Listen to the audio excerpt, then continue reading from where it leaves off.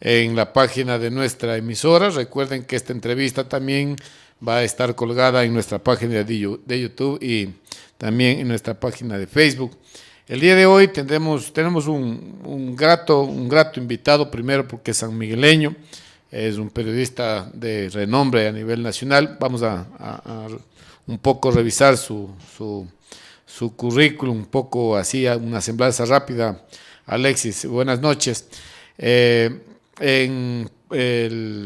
Alexis Moncayo, primero sanmigueleño de nacimiento, periodista especializado en política, 14 años de experiencia en televisión, radio, ha trabajado en RTU, Canal 1, TC Televisión, Ecuador TV, Radio Majestad, analista en temas relacionados con periodismo, coyuntura y política en Espacio. Otro relato de Radio Pichincha Universal, asesor político y de comunicación. Alexis, muy buenas noches. Primero, te quiero agradecer infinitamente por haber aceptado esta entrevista. Entiendo que, Alexis, estás en la ciudad de Quito y te damos la bienvenida. Buenas noches.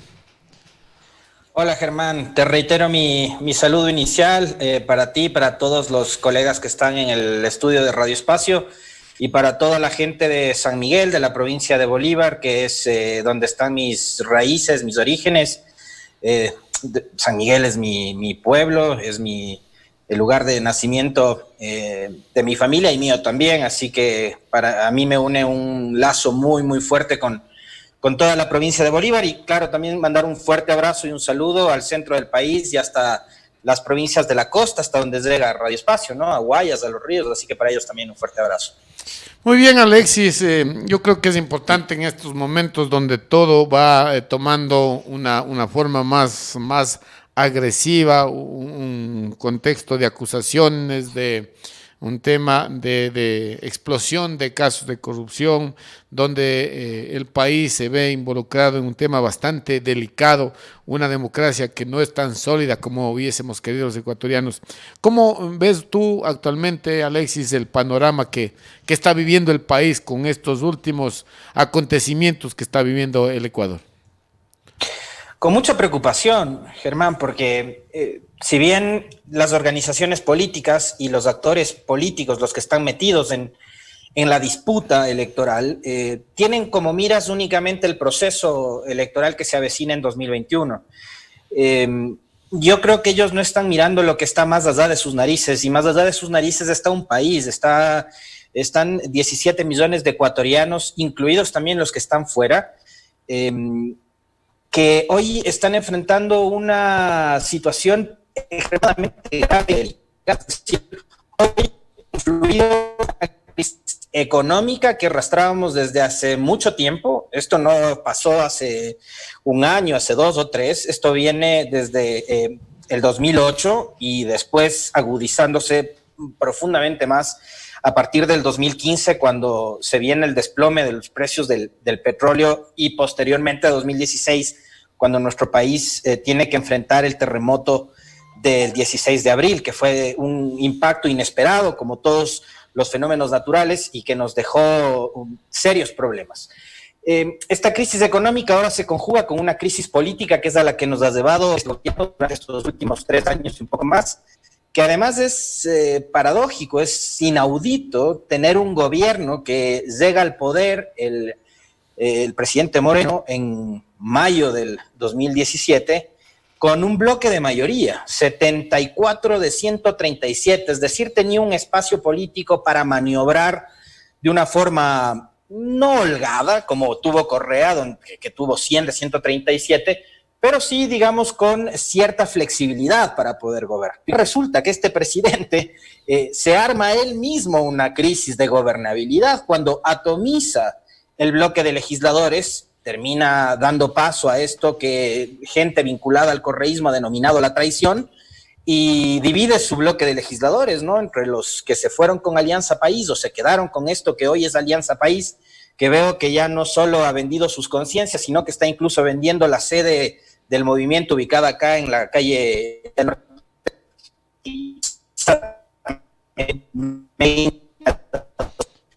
que es la bancada de la Revolución Ciudadana. Eso es inaudito. Entonces tú tienes la crisis económica, la crisis política a la que nos ha llevado este gobierno y la crisis por la llegada de esta pandemia al continente y obviamente al Ecuador. Hoy estamos hablando de que acá en la provincia de Pichincha hemos superado los 10,000 contagios. Estamos viendo que la situación es sumamente grave, es crítica. Lamentablemente hemos oídos sordos, así como sordos estuvieron en octubre cuando no escucharon a la gente que decía no estar a favor de unas medidas económicas inconsultas, impopulares, que iban a golpear el bolsillo de la gente. Hoy tampoco están escuchando lo que dicen los alcaldes y la prefectura de la provincia de Pichincha, lo que está diciendo el alcalde de Loja.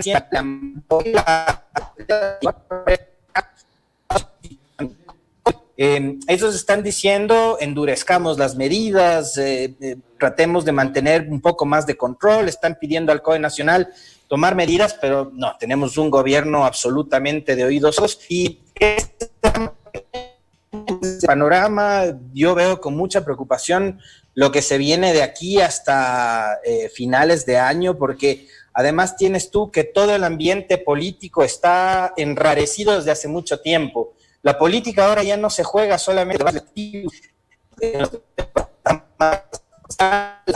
o de los consejos municipales. Ahora la política también se juega en los tribunales, ¿no? Porque si tú tienes a los jueces y a los fiscales comprados, como parece que los tiene este gobierno, empiezas a perseguir a tus adversarios y a generar terror.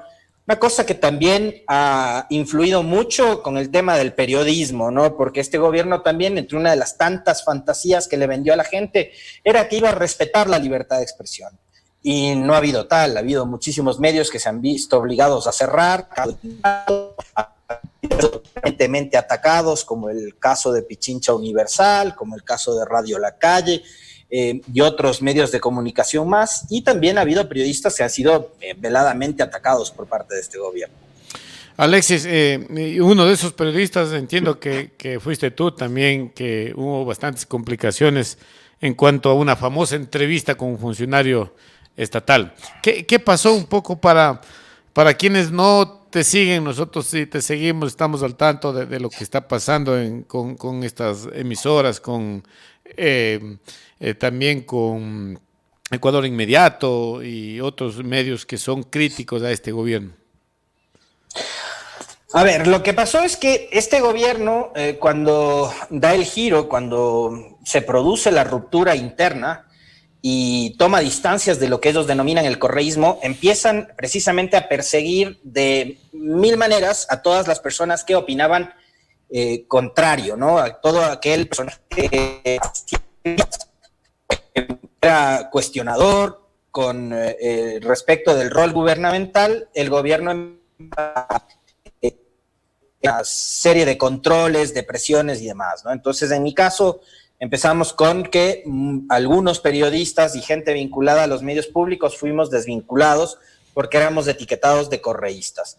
Después tenías algunos espacios también mediáticos en donde hacías crítica y opinión y también eras etiquetado de correísta. Entonces, este gobierno, que además ha financiado a muchos portales de internet, de gente que antes estuvo vinculada a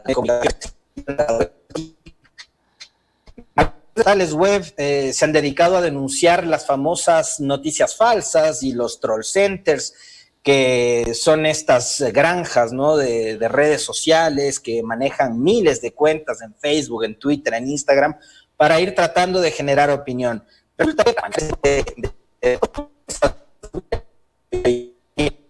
Entonces, a través de esas granjas de trolls, empezaron a generar una serie de periodistas a corriente política, para tratar de vincular, incluso en mi caso particular, con una suerte de injerencia del terrorismo en Ecuador, porque en octubre a mí redes los memes donde me etiquetaban como periodista, correísta y terrorista. Entonces ya llegaban al caso del absurdo ese tipo de publicaciones y de campañas de desprestigio que han ido generando. Y claro, aparte de eso, hemos tenido algunas alertas de incluso gente que está vinculada al derecho y que está siguientemente los movimientos de fiscalía, de lo que hace esta Dirección General de Inteligencia y del propio CIES, ¿no? De la Central de Inteligencia que maneja el gobierno actualmente, de que se nos estaba haciendo seguimiento y cosas por el estilo, ¿no? Entonces, ha sido una situación de algún tipo de preocupación que generó en mi familia, que generó también en mi caso particular, y que por eso decidí yo dar un paso al costado para no seguir haciendo periodismo. Y creo que eso le viene bien también a la profesión, porque claro, cuando hay mucha gente que, yo siempre fui crítico de quienes se ponen la etiqueta del periodismo independiente, porque esa famosa palabra de la independencia en este país, creo que ningún periodista objetivo. Creo que el rol más eficiente, más efectivo, más apegado a la deontología de la profesión que puede tener este medio es la pluralidad de voces, porque tú puedes tener, Germán, y cualquier otro periodista puede tener una posición, una postura política, una ideología, puede ser de centro, de izquierda o de derecha, puedes o no creer en Dios, pero al siguiente día puedes entrevistar a un comunista, puedes entrevistar a un neoliberal. Esa es la pluralidad, pero resulta que acá durante estos 3 años lo que trataron de hacer es de generar un cerco. Lo del famoso cerco es real, es decir, yo quisiera que ustedes verifiquen las partidas y las pautas de entrevistados que tienen a diario los grandes canales de televisión y los grandes medios, y te vas a encontrar que ahí hay personas vinculadas a determinadas corrientes políticas, ideológicas, que nunca son invitadas, que no tienen oportunidad de hablar, y asimismo para tratar de, otra vez, deslegitimar, desprestigiar, para tratar de generar un discurso y un relato que vaya en detrimento de determinada ideología o de determinadas ideas. Entonces, básicamente, como tú decías, yo concuerdo mucho en esto de la independencia, que no tiene un asidero lógico. El periodista tiene que ser, como tú decías, dar cabida a todas las corrientes de pensamiento que se generan, pero lamentablemente hay instancias o sectores que son como la vaca sagrada, no hay como tocarles, no hay que criticarles, y cuando tú comienzas a criticar su mal accionar, sus actos de corrupción, sus evidentes actos de corrupción, ya viene el problema para el periodismo. Alexis, yo creo que lo que pasó contigo, nosotros hemos seguido muy de cerca, y ha habido en toda la provincia de Pichincha, básicamente, en la ciudad de Quito, un amplio respaldo de tu trabajo, tanto en Radio Majestad como yo el otro día nomás observé una entrevista que tenías con un medio de comunicación de la ciudad de Cuenca, donde todos sienten la misma molestia de que un periodista que no se vende, un periodista que no se regala, un periodista que no obtiene canonjías por una opinión, es un periodista peligroso para el status quo del Estado. Y digamos, prácticamente eso es lo que ha sucedido, pero son cosas que suceden casi siempre. Ahora, a mí lo que me da mucha pena es que el periodismo entró en esa disputa política, pero no, digamos, por una búsqueda permanente de la verdad. Y creo que ahí es donde más se tiene que trabajar y donde creo tiene el periodismo más importante. Pues así como está pasando ahora mismo con el Ecuador, yo espero que en 2021 retomar el camino del desarrollo, porque lo que ha ocurrido durante estos 3 años es de un descalabro absoluto. O sea, tienes un gobierno que se ha endeudado de una manera exorbitante con el FMI, con el Banco Mundial, con otros multilaterales, con los chinos que tanto criticaba Moreno, pues ahora se sigue endeudando, pero al ritmo que se va endeudando, yo te pregunto a ti, pregunto a la gente que nos ve y nos escucha, hospitales, ¿cuánta plata destinó este gobierno para la atención de la emergencia? Cuando hemos visto en las noticias, en las redes sociales, que los médicos tenían que poner de su peculio para poder comprarse mascarillas, para poder comprarse trajes de bioseguridad, para poder comprarse visores. Entonces, ¿cómo haces para respaldar un proceso y un tipo de gobierno como este? Pero has tenido durante estos 3 años a los grandes medios y a los representantes de esos grandes medios comprometidos con sostener a Moreno. Yo ahí quisiera citarte dos escenarios y 2 ejemplos que grafican muy claramente lo que... El uno, la reunión que mantuvieron en junio del 2017 en Carondelet, los dueños y gerentes de los grandes medios de este país, donde estuvo Sebastián Corral de Teleamazonas, donde estuvo gente de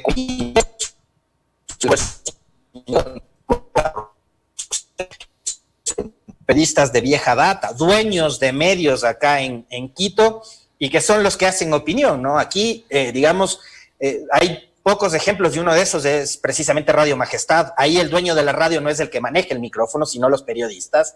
Pero en el caso de Oquendo y de Rosero, ellos son los dueños de la radio, ellos son los dueños del micrófono. Ellos controlan la línea editorial. Tal es así que Andrés López, ¿verdad?, salió de Radiovisión hace una semana por decir algo que iba en contra de lo que Diego Oquendo creía que es la verdad, ¿no? Entonces, para Diego Oquendo no estaba bien que Andrés López haya cuestionado a Moreno, entonces Andrés López tiene que dar un paso al costado.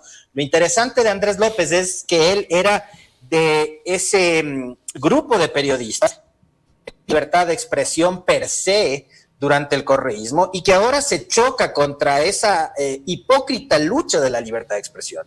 Porque Oquendo no estaba peleando por la libertad de expresión de la gente y de todos los periodistas, estaba peleando por la libertad de su empresa, no la de los periodistas, de la libertad de expresión. Entonces, hay mucha hipocresía en ese juego. Hay mucha hipocresía en torno al tema de la independencia de poderes, en torno al tema de que no hay intromisión de tales funciones en otras y de tales. Estamos viviendo en el Ecuador durante estos 3 años. Los grandes medios de comunicación se han encargado de ponerle a la gente una venda en los ojos. Mientras durante los 10 años de Correa hubo periodistas que hasta se pelearon con Correa, y Correa cometió el error, craso error además, de subirse al ring y empezar a pelearse con los periodistas, ¿no? Pero esos periodistas durante 10 años le dijeron horrores a Correa, le publicaron horrores a Correa, pero ha acompañado todo este proceso desastroso de gobierno, ¿no? Tal es así que esos periodistas se casaron en octubre y no le dijeron la verdad al país en octubre. Y esos mismos periodistas son los que en este país se casan de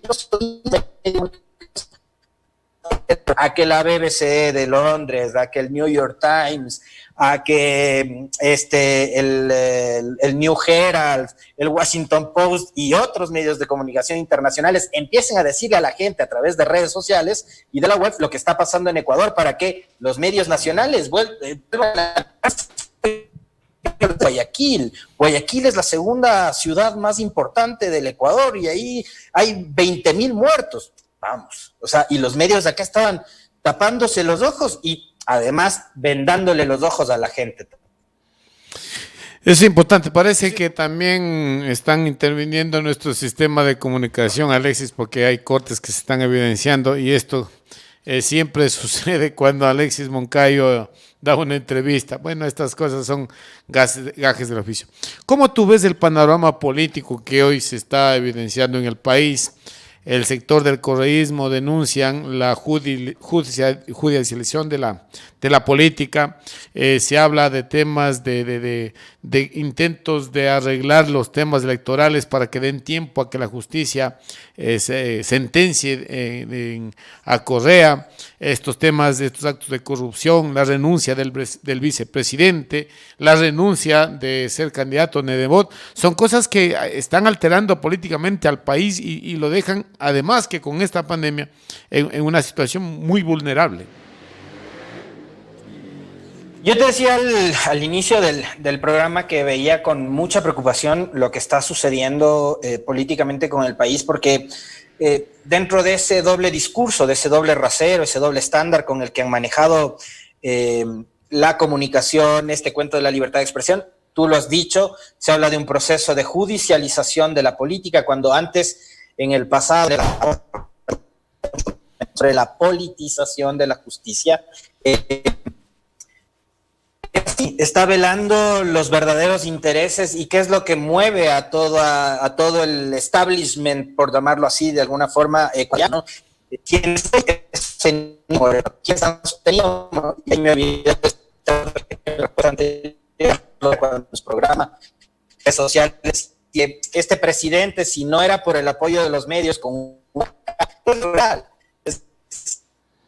12 días, que fue algo histórico, inaudito en nuestro país, este gobierno que es tan débil, que no tiene un bloque de mayoría en la Asamblea, no se cayó.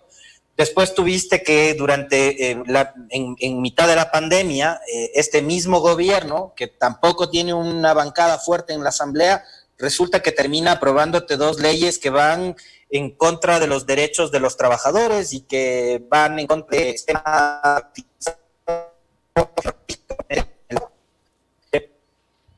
tan débil. Es un gobierno sólido porque si bien no tiene un gran apoyo popular, o sea, no tiene unas masas defendiéndolo, pero tiene el apoyo quizás más importante que se necesita en este momento, en este encuadre, que es el apoyo de los grandes grupos financieros. Entonces, ayer en un debate similar a este, en radio acá en Quito,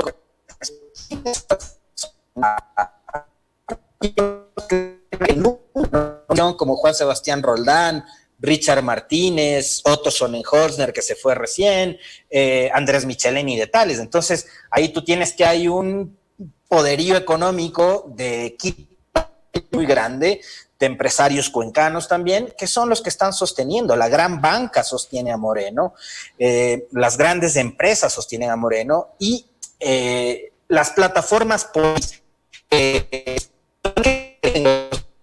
estos sectores. Es decir, creo, tiene como su líder máximo a un banquero, a Guillermo Lasso. De Pichincha es Fidelegas, que es muy cercano a los Ruptura de los 25. Roldán es, su familia tiene negocios vinculados a los temas taurinos, a la ganadería y tal, con Fidelegas. Entonces, tú ahí vas atando cabos y te das cuenta cuál es el engranaje que sostiene al gobierno de Moreno. Y adicionalmente, políticos comunes, que es uno solo, tienen diferencias económicas, diferencias de poder a otro nivel, ¿no? Porque una cosa es lo que persiguen los banqueros, otra cosa es lo que persiguen los constructores, otra cosa es lo que persiguen los importadores o los exportadores, pero hay una cosa que les une. La tendencia es el anticorreísmo, y ese anticorreísmo que, por ejemplo, tenía gente como Fernando Balda, tenía gente como Fernando Villavicencio, tenía gente como Andrés Páez. Te he citado solo a 3. Esos 3 ahora son precandidatos presidenciales, o sea, son 3 coidearios en 2007 que los unía el anticorreísmo, pero que ahora podrían enfrentarse en una contienda electoral. Entonces, finalmente tú tienes que hay muchos sectores con infinitos intereses, pero que tienen un objetivo en común, que es el bloqueo político de Rafael Correa, la proscripción política de Correa y la eliminación del registro electoral de Fuerza Compromiso Social por la Revolución Ciudadana, que hoy es el movimiento político que auspicia Correa. Yo nunca fui afiliado, no tengo carnet de partido político, tengo carnet de discapacitado, por cierto, a propósito del escándalo de la importación de los vehículos de lujo, pero yo soy de los demócratas convencidos, Germán. O sea, además de esto se han dado de muy demócratas. Tan demócrata fue Moreno que dijo, a ver, vámonos a una consulta en febrero del 2020, que te diga si quiere o no reelección, para que la gente diga si quiere elegir democráticamente a los consejeros de participación ciudadana, y se la hizo. Ganó el sí. Elegimos democráticamente a los consejeros de participación ciudadana. ¿Qué pasó? No les gustó el resultado de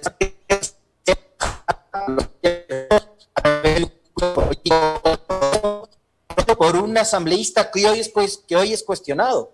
Fabricio Villamar se bajó al Consejo de Participación Ciudadana, a los 4, ¿y qué pasa con ese legislador hoy? Hoy ese legislador resulta que ha tenido escondido cosas debajo del colchón, ¿no? Un carné supuestamente de persona con discapacidad,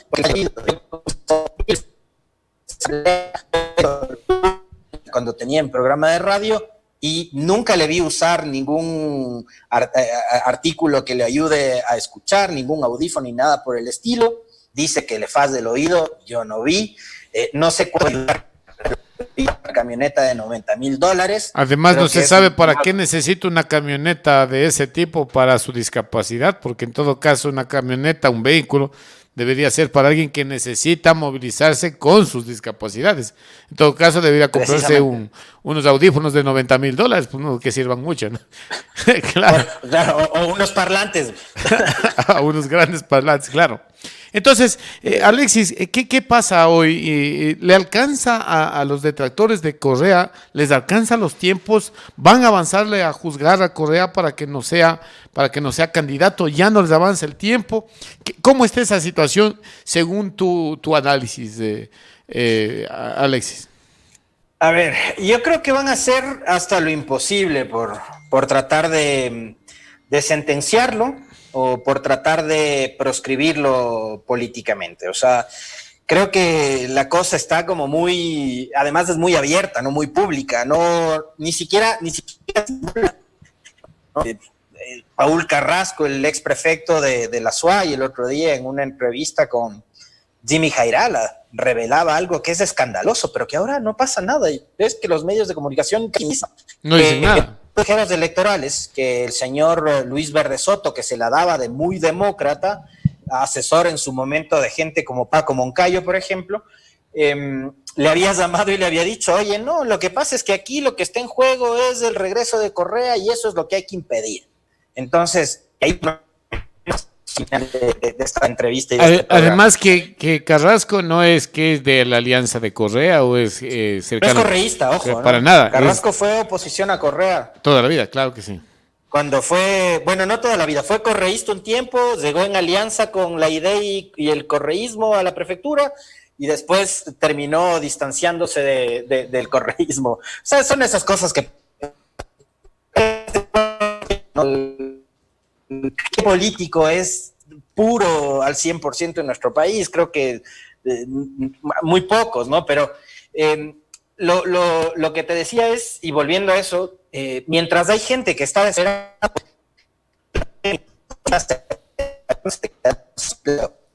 270,000 personas, 108,000 son jóvenes de entre 21 y 30 años, ¿qué futuro le espera a la juventud en este país? Tienes 270,000 personas que dejaron de cotizar en el IES, ¿ya? Entonces, este gobierno está provocando la crisis del seguro social. Tienes gente que está en el desempleo. Tienes gente de salud muy fuerte. Tienes un Estado debilitado. Y ahora, además, este proceso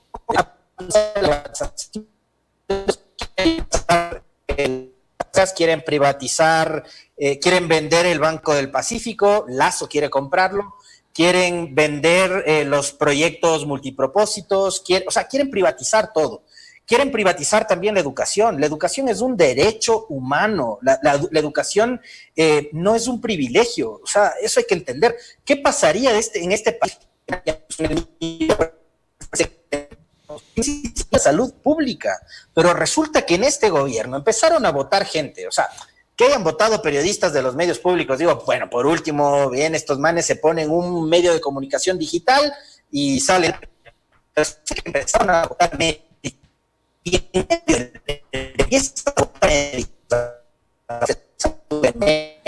Alexis, médicos, sí. Te cae la pandemia y resulta que no tienes cómo atender a la gente.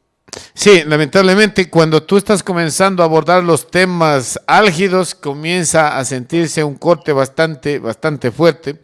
acaba de nuestro técnico de revisar nuestra señal de internet, nos dice que estamos sobre los 30 megas, así que el problema está en tu servidor. Parece que ahí también está la mano negra, Alexis. Y yo voy a ir repreguntando de acuerdo a lo que yo voy escuchando, de lo que no podamos entender por la mala calidad de la conectividad.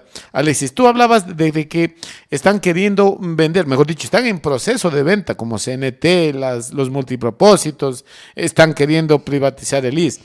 ¿Cómo ves tú esta situación que está viviendo el país con estas intenciones de este gobierno? Igual, con inquietud, porque yo te decía hace un momento que así como están apuntando a vender las hidroeléctricas, los multipropósitos, el Banco del Pacífico, como parecería que quieren también privatizar la seguridad social, que sería una cosa demasiado grave, me parece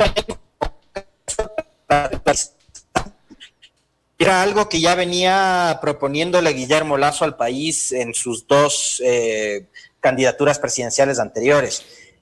Está también el tema de la educación. Y yo te decía hace un momento, la educación es un derecho humano. La educación no es un privilegio. Nosotros pertenecemos a una de las provincias más pobres y olvidadas de este país, Germán, la provincia de Bolívar, que tiene una población rural muy importante. Entonces, ¿cómo vas a privatizar la educación? ¿Y cómo vas a educar a esa gente que vive en las zonas alejadas de los centros urbanos de la provincia de Bolívar, por ejemplo? Entonces, es una locura el modelo que plantea Moreno, y yo creo que la sociedad ecuatoriana, nuestra comunidad, a la hora de votar, de reflexionar, el elegir en el próximo proceso electoral 2021, que ojalá tengamos proceso electoral, porque yo soy de los que cree que si es que la señora Romo llega a la vicepresidencia el día viernes, nos podríamos estar enfrentando a un escenario similar al de Bolivia, ¿no? En donde suspender y el gobierno se podría prorrogar en funciones. Entonces, yo lo que creo es que ante toda esa situación y viendo hacia dónde nos pretende llevar Moreno y dónde nos pretenden llevar los candidatos que representarían el continuismo de Moreno, además hay una cosa grave a este proceso radical, durísimo, estas medidas de shock tan fuertes neoliberales que está implementando Richard Martínez, que es probablemente el mejor peón que puede tener el Banco Mundial en el país, sino que además políticamente ellos tienen que garantizarse impunidad. Es decir, que el próximo gobierno no dé lugar a que se abran investigaciones por el reparto de los hospitales, por ejemplo,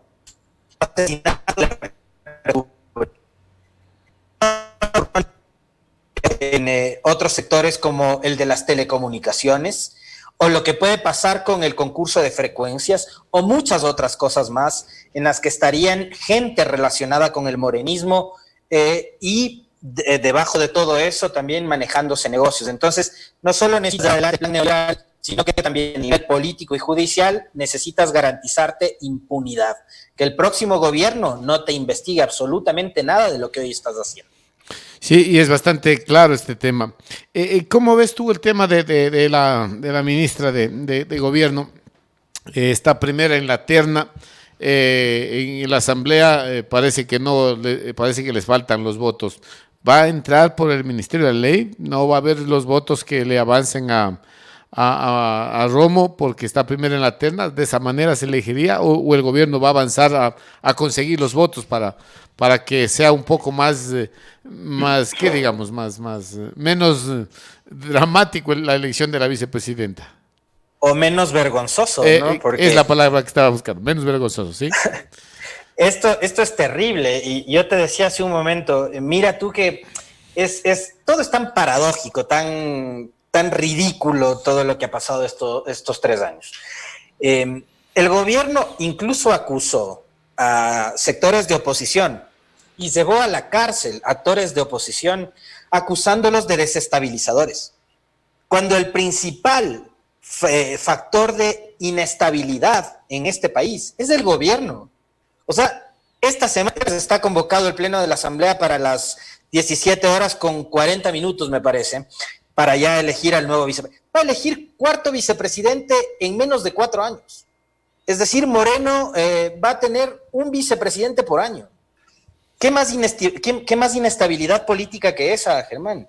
El haber tenido 2 presidentes de la Asamblea en el primer periodo legislativo, 2017-2019, el señor Serrano y la señora Elizabeth Cabezas. ¿Qué más periodo de inestabilidad por corrupción? La señora Ana Galarza, ahora la señora Norma Vallejo, que va a enfrentar una sentencia de 1 año de cárcel públicos. Entonces, ¿qué más inestabilidad política que la que ha sembrado el propio gobierno de Moreno? ¿Cuántos ministros han pasado por los distintos ministerios, secretarías y demás? Entonces, mucha cautela a lo que pueda suceder el viernes por algo que ya te mencionaba hace un momento. Me parece a mí que es además vergonzoso que ponga en la terna a 2 de los ministros que tienen más rechazo popular.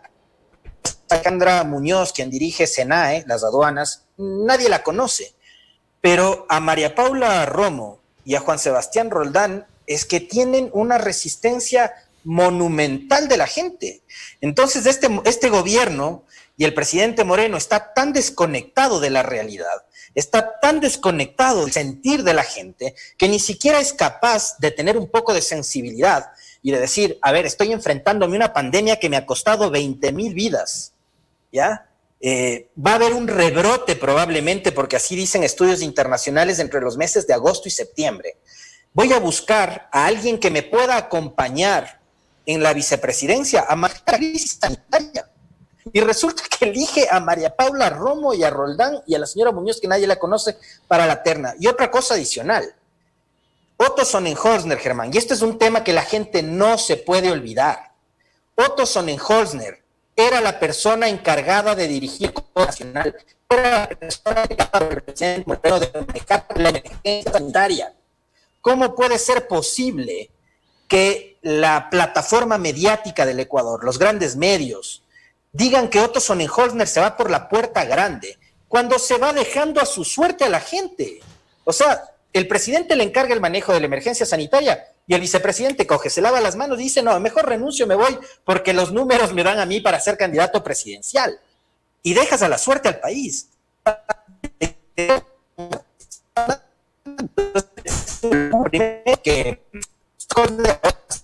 El predestinado a hacer el continuismo de Moreno, porque se va dejando a un lado una responsabilidad que le había otorgado el propio presidente. Y por otro, que me parece una cosa de locos, el haber puesto a 2 personas que tienen un rechazo tan grande de la gente, de la población, en la terna para ser elegidos vicepresidentes. Y si tú me preguntas en el viernes, si es con todos los votos, o porque a la señora Romo todavía le quedan hospitales, casas de salud,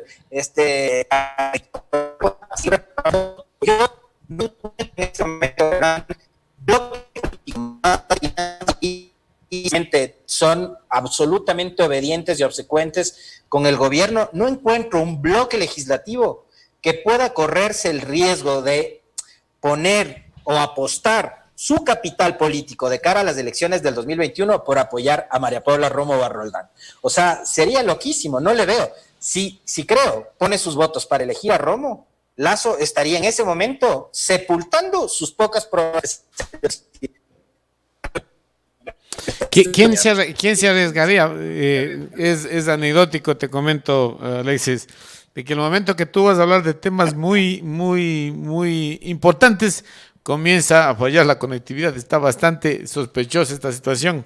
Bueno, pero ¿cómo tú ves el tema de coyuntura política de Otto Sonnenholzner? No, para mí no resulta como que muy coincidente o muy casual que a la vez que Nebot renuncia a la candidatura, Otto Sonnenholzer se retira del gobierno y, sin decirlo explícitamente, sino insinuándolo, habla de que él va a una corriente que no es ni la corrupción ni ni la prepotencia. ¿Cómo le ves tú este discurso bastante bien elaborado, pero que para quienes un poco comprendemos del tema político ya nos dijo todo? Entonces, pero tú ves que hay coincidencias en lo que pasó con Nebot y lo que pasó con Otto Sonnenholzer. Desde luego, y te digo por qué, porque desde un principio, cuando aparece la figura de Otto Sonnenholzer, que era una persona absolutamente desconocida para la opinión pública del Ecuador, probablemente conocido en el medio radial, empresarial, no sé si un radiodifusor sabías de la existencia de Sonnenholzer, pero claro. Yo particularmente no, claro, después ya supimos que era del grupo Tropicana y su padre Ramón Sonnenholzer era el propietario y tal, pero en eso que en el gobierno, Santiago Cuesta es una persona muy vinculada al Partido Social Cristiano, entonces ahí yo quisiera de igual manera atar tramo del discurso de renuncia de la candidatura de Nebot con lo que dice Otto. Nebot dice, yo no voy a ser candidato presidencial ni a ninguna otra dignidad, me retiro. Nunca más. Sí, dice nunca más, pero sabemos que Nebot no se va a retirar nunca de la política, que no va a ser candidato, ok, pero no se va a retirar jamás de la política. Porque además él ya, digamos, aprendió de Febres Cordero, que él manejaba los hilos sin necesidad de estar en Carondelet. Entonces, Nebot dice, yo ya no voy, pero el Partido Social Cristiano sí va a poner candidato. Y ese candidato puede ser afiliado al Partido Social Cristiano o puede ser un independiente. Y después Otto dice, yo no soy político. Pero vamos, hombre, estás metido en política, eres político. Entonces, el discurso de renuncia de Otto también está cargado de contradicciones, Germán. Porque él dice, yo no soy político. Vamos, hombre, te metiste en política, eres vicepresidente. Vas a aceptar una candidatura presidencial. Esa es una estrategia que la usó Nayib Bukele en El Salvador. Veamos si acá le da resultado. Usó la pandemia para hacerse muchas fotos y para promocionarse. Yo no sé qué tan bien le pueda caer eso a la gente. A mí como ciudadano, no como periodista, como ciudadano, me cae muy mal que un tipo haya utilizado el dolor de la gente para hacer fotos en una pose héroe de El Salvador y tratar de promocionar su candidatura. A mí no me cae bien eso. Yo espero que a la mayoría de gente tampoco le caiga bien eso. El tipo dice, me voy con el presidente Moreno, que ha dejado un país estable. ¿De qué país está hablando? El comercio, 270,000 personas durante la pandemia han dejado de cotizar en el IES. Son 270,000 personas que se han quedado sin trabajo. De ellos, 108,000 jóvenes de 21 y 30 años. ¿Qué va a pasar con esa juventud? Por producto de la crisis económica, se han cerrado cupos en las universidades. ¿No? Producto de la crisis económica, tú tienes ahora que los chicos no han tenido cómo conectarse a las clases porque los profesores no tenían para pagar el internet porque no les pagan el sueldo. Tú ahora mismo tienes un importantísimo grupo de trabajadores del sector público que no cobran sueldos. Hay jueces, hay gente de la judicatura, jueces que no cobran sueldo. Hay maestros que no cobran sueldo. Se ha priorizado el pago de los médicos en buena hora. Si no lo hacen ya serían de más insensibles. Pero hay mucha gente, servidores públicos, que no han podido cobrar el sueldo.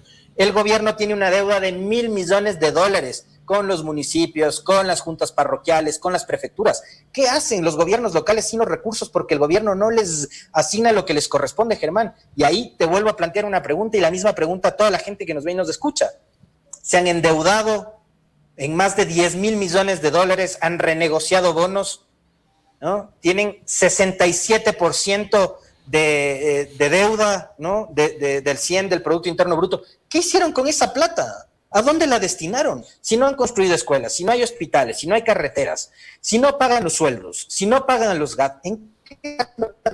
¿A dónde se fue ese dinero? Es la pregunta que todo el mundo se hace, ¿no? En el país se criticaba tanto la deuda, se la infló, sin embargo de que los datos no daban ese tipo de endeudamiento del anterior gobierno, Sin embargo, lo que tú decías, se endeudaron con todos, hasta con los chinos que tanto trataron mal, que tanto criticaron, y la situación volvió a lo mismo. Entonces, ¿qué va a pasar con el país, Alexis? Eso es lo que más nos preocupa a los ecuatorianos. Estamos a las puertas de un proceso electoral que ya no se verán los grandes emporios del corporativismo haciendo campaña con grandes eventos, con artistas, todo esto. Una campaña que será diferente porque será a través de los medios de comunicación, esta incorporación de los medios digitales también, que es un tema muy importante, pero que también ya lo están abarcando. Eso es otro, por lo que tú decías de estos troll centers, que son miles y miles de cuentas que se unen en un propósito de dañar la imagen de uno, resaltar el de otro, que se decía que las benditas redes sociales, pero ya no hay tal. O sea, si bien es cierto, hay medios que tienen nombre, que tienen apellido, que tienen responsabilidad, pero hay cientos y cientos de miles de cuentas que hacen lo que estamos viendo que está haciendo la gran empresa publicitaria y los medios de comunicación grandes del país. Yo ahí apelo a un anhelo, Germán, y es, yo quisiera cada día insistir y de verdad que lo anhelo, que ilusiono con eso, en tener un país cada vez más educado y cada vez más autocrítico y cada vez más instruido. O sea, para mí la base de absolutamente todo, sin duda, es la educación. Por eso yo te mencionaba hace un momento, de que si empiezan a privatizar todo y terminan privatizando la educación, ¿qué va a pasar con la gente de nuestra ruralidad? ¿Cómo van a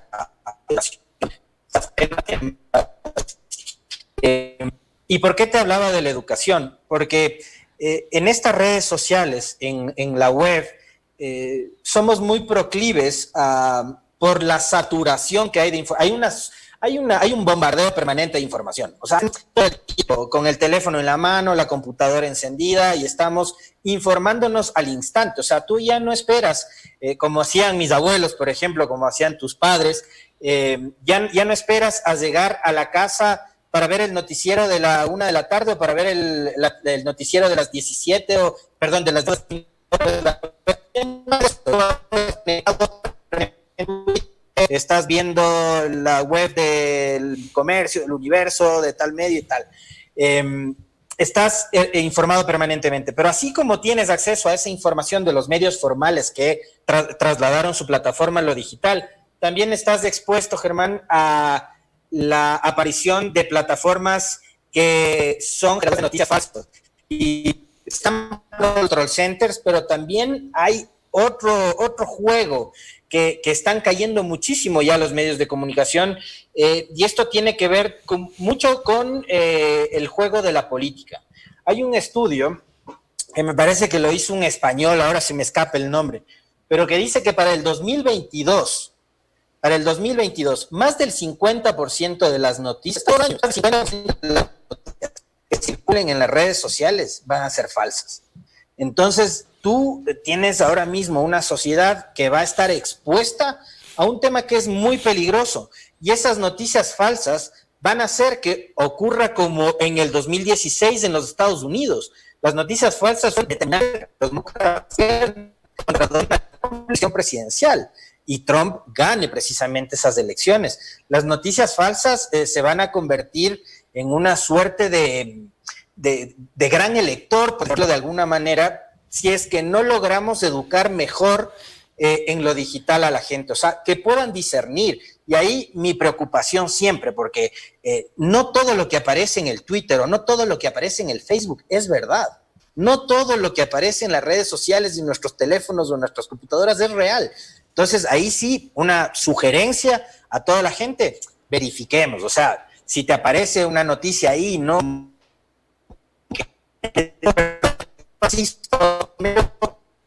candidatura de Correa en el 2021. Si sabes que Correa no va a poder ser candidato, que el Papa no habla de temas políticos, yo me meto a internet a verificar si es que lo que está diciendo esta publicación es real o no. Ya ocurrió antes, ya ocurrió con el Papa, con Trump. Le ocurrió al diario El País de España, recordarás tú, en 2015, cuando publicó, perdón, me equivoco, es en 2013, marzo del 2013, cuando publicó una foto falsa de Hugo Chávez. Diario El País de España, uno de los diarios más prestigiosos del mundo, publicó una supuesta foto de Hugo Chávez entubado en una sala de cuidados intensivos. Al siguiente día, obviamente, el director de fotografía de ese medio fue despedido y el medio tuvo que hacer una rectificación. Pero mira sí. Tú a dónde llegan. Primero el afán por la primicia, ¿no? Eso que ya no debe existir, porque con la inmediatez de las redes sociales ya no existe la primicia, ¿no? O sea, te enteras, capaz que un ciudadano que pasaba por ahí cogió una foto y ya se lo publicó y... Es un mito. Entonces, yo creo que hay que ser muy cuidadosos, y los ciudadanos, insisto, cada vez más ser cuidadosos con todo lo que está publicándose en redes sociales. Bueno, Alexis, lamentablemente en ciertos momentos ha sido casi imposible entender nuestra entrevista, que ha sido tan interesante. Así que, no, pues la mayor parte sí, pero venían los temas álgidos, los muy importantes, y lamentablemente, y no sé por qué, magia o bendición de nuestro creador, se iba al suelo la conectividad. Sin embargo, la mayor parte hemos logrado comprender y entender este análisis que tiene de primera mano y que lo hace siempre bien Alexis Moncayo. Alexis, una pregunta. ¿Tú has dado un paso al costado permanentemente? ¿Estás pensando en regresar? ¿Tú ya tienes algún medio digital propio? ¿Cómo está la situación tuya en el desempeño de tus actividades periodísticas? Yo te decía hace un momento que decidí salir de ese espacio porque creo que necesitaba yo también tener un poco más de oxígeno para poder respirar otros aires. Y creo que porque el momento del periodismo era demasiado complejo acá, y yo creo que en ese momento adicionalmente le estaba haciendo más daño al medio en el que estaba y al colega con el que compartía el espacio.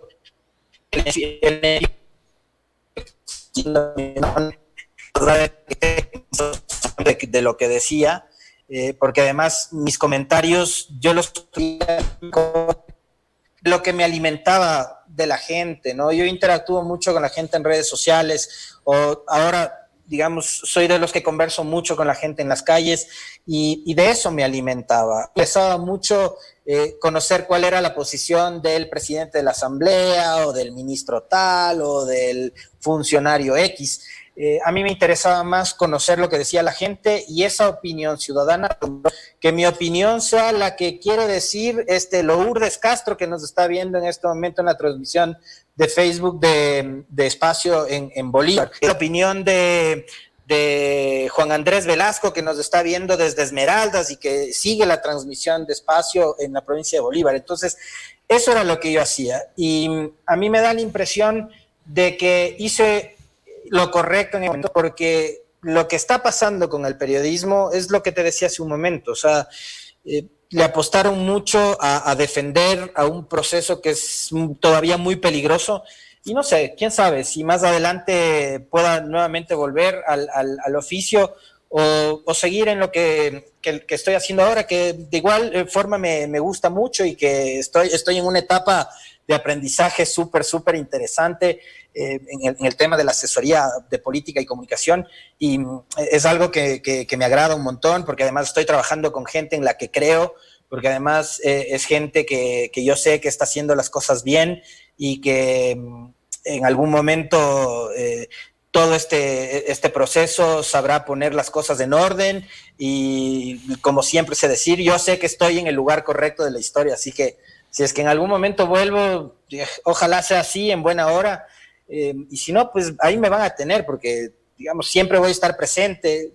Ventajosamente tengo la suerte de tener colegas y amigos generosos como tú, que me invitan a sus espacios, y aquí puedo yo dar mi opinión sin ningún tipo de impedimentos, ni de bloqueos, de obstáculos. Así que, digamos, de alguna forma esto también para mí es parte del aprendizaje, parte del día a día, y yo vivo agradecido por eso también. Alexis, el tema de tu salida de Majestad, que es donde trabajaste, creo que los últimos días antes de tomar la decisión, ¿hubo presión para el medio o esa fue tu absoluta decisión, sabiendo de que tu presencia complicaba la vida tanto a ¿cómo es tu compañero? ¿Cómo se llama tu compañero? Al Fabricio. Al Fabricio Vela. y también a los dueños de Radio Majestad.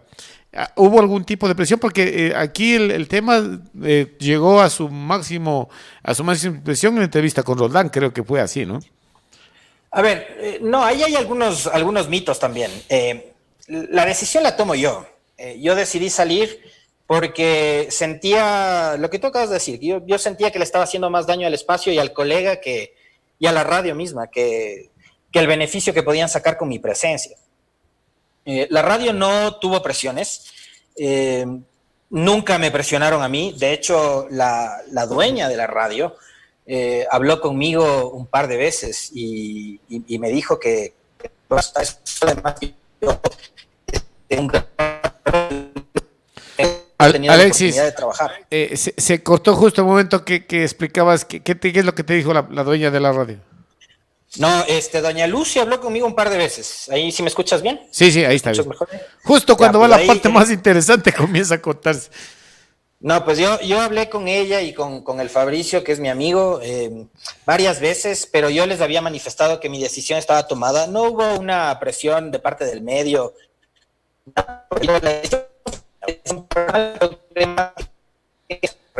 Que ahora creo que sí, que fue la correcta, porque le ha permitido al espacio mismo seguir creciendo. Yo te mencionaba hace un momento que es sumamente importante ese espacio en ciudades como Quito, porque tanto el Fabricio como yo construíamos las agendas los dos con nuestra coordinadora. Jamás la dueña o el dueño de la estación nos llamaron a nosotros o a impedir o a pedir una entrevista o a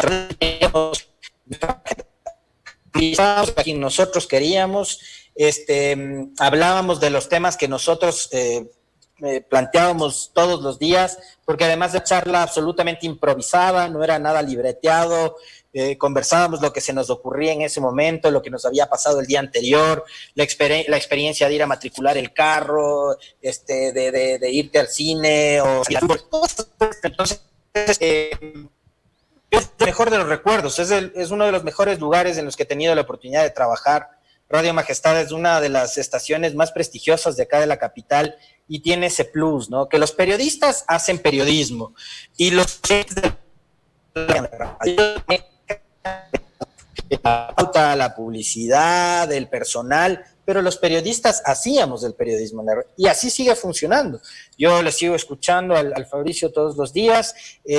Me encanta ver cómo ha crecido el espacio y haber sido quien estuvo ahí durante 9 años aportando en un lugar en el que fuimos creciendo poco a poco, que nos convertimos en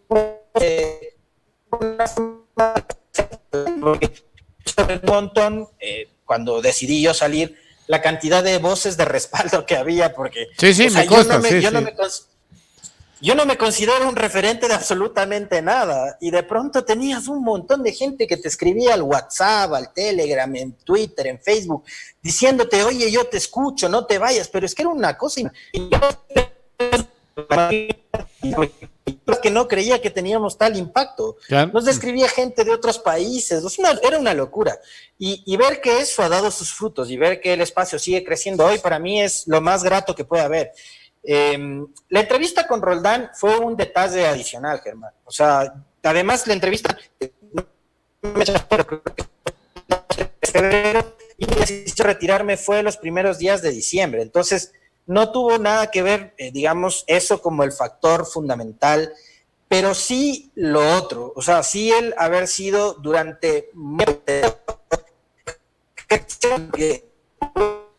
es que yo tengo mis teléfonos intervenidos. O sea, y esto es algo que además mis teléfonos están intervenidos. Zoom en este momento contigo hace unos días atrás, periodistas que son parte de las plataformas del gobierno publicaron una foto mía acusándome de ser parte de una guerra digital, de ser parte del control de unos troll centers, nada más que eso. Unos colegas nuestros que además hace unos tener una fortuna de $500,000 de ser parte de un movimiento político mundial, una serie de delitos. Ante esas cosas, yo dije, mejor me hago a un lado. Y bueno, después veremos qué es lo que pasa. ¿Qué es lo que sucede? Sí, ¿no? La verdad es que cuando tú saliste de Radio Majestad fue un boom a nivel nacional, ¿no? Réplicas que se dieron en Guayaquil, en Cuenca, acá en la provincia de Bolívar también comentamos del tema, y en todo el país, y según lo que habíamos estado siguiendo en las páginas de YouTube, fue un tema de mucha relevancia en la cuestión del periodismo y su libertad de expresión. Alexis. Que además, ahí hay una cosa nomás cortita para, digamos, terminar o complementar lo de Roldán, porque a Roldán lo que le molestó primero es que en el espacio nuestro siempre le planteamos preguntas que le resultaban incómodas. Y una de esas preguntas era ante la serie de acciones hecho. Bueno, dime cuáles son las pruebas de que el correísmo quemó la Contraloría. Y claro, el tipo se desarmó porque en todos los medios asumían de que sí, el correísmo fue y quemó la Contraloría.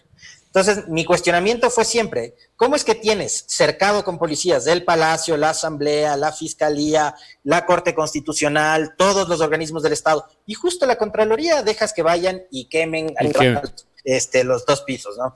Roldán se puso como loco, no tenía una respuesta para eso, estaba desarmado, y empezó el ataque, pero, o sea, digo, son gajes del oficio también, ¿no? Le pregunten, acá se le preguntaban cosas que eran incómodas y el tipo se enojó. Se molestó. Bueno, Alexis, son las 20:03. Vamos a ensayar, Alexis, no sé si podamos hacerlo previo grabación, porque como tú dices, no sé si fue coincidencia. Ya nuestro internet, nosotros tenemos nuestros técnicos, nos dicen, no, si nuestro internet está una maravilla, estamos con no sé cuánto de velocidad, pero se comenzaban a abordar estos temas y comenzaba a fallar la comunicación. Alexis, muchas gracias por compartir con nosotros. Realmente, como bolivarense, yo me siento muy orgulloso del periodista que tenemos de nuestra provincia, que ha hecho un gran papel en cuanto al periodismo en Quito, y ya no solo en Quito, sino en el país. Te comentaba que he estado siguiendo algunas páginas de algunos medios en Cuenca, en Quito, en Guayaquil, y con mucho orgullo vemos que Alexis Moncayo hace un gran papel como periodista. Quien no le gusta que le digan independiente, ¿no? Básicamente. No, para nada. Así que, Alexis. Es que no soy independiente en lo absoluto. O sea, digamos, yo políticamente me identifico con la corriente de centroizquierda. Soy una persona que está muy vinculada al progresismo.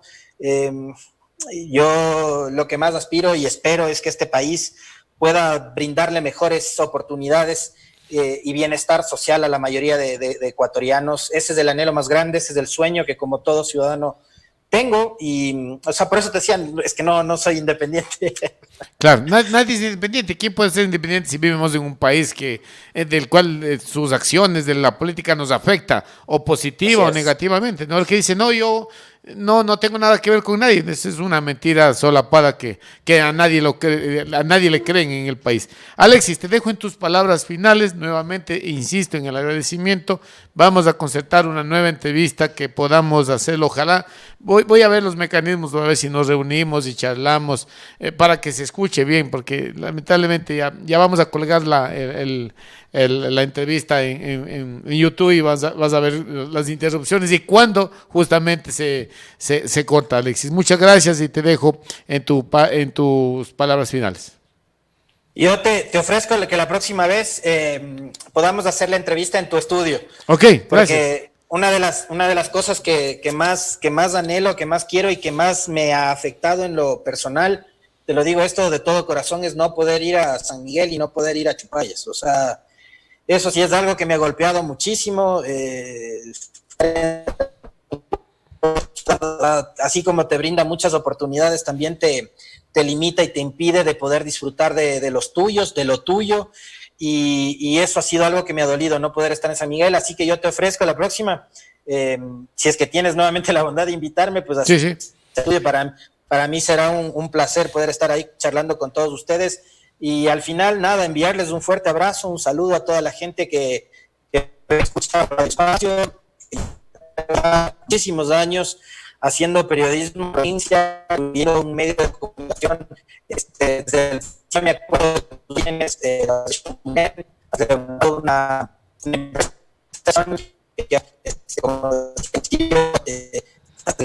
a provincias de la costa, al centro del país, lo cual es fantástico también, y como sanmigueleño, como bolivarense y como amigos que somos, a cualquier sentido orgulloso. Así que les mando un abrazo a todos, a la gente de San Miguel que tanto quiero, y a la gente de Bolívar igual, un abrazo.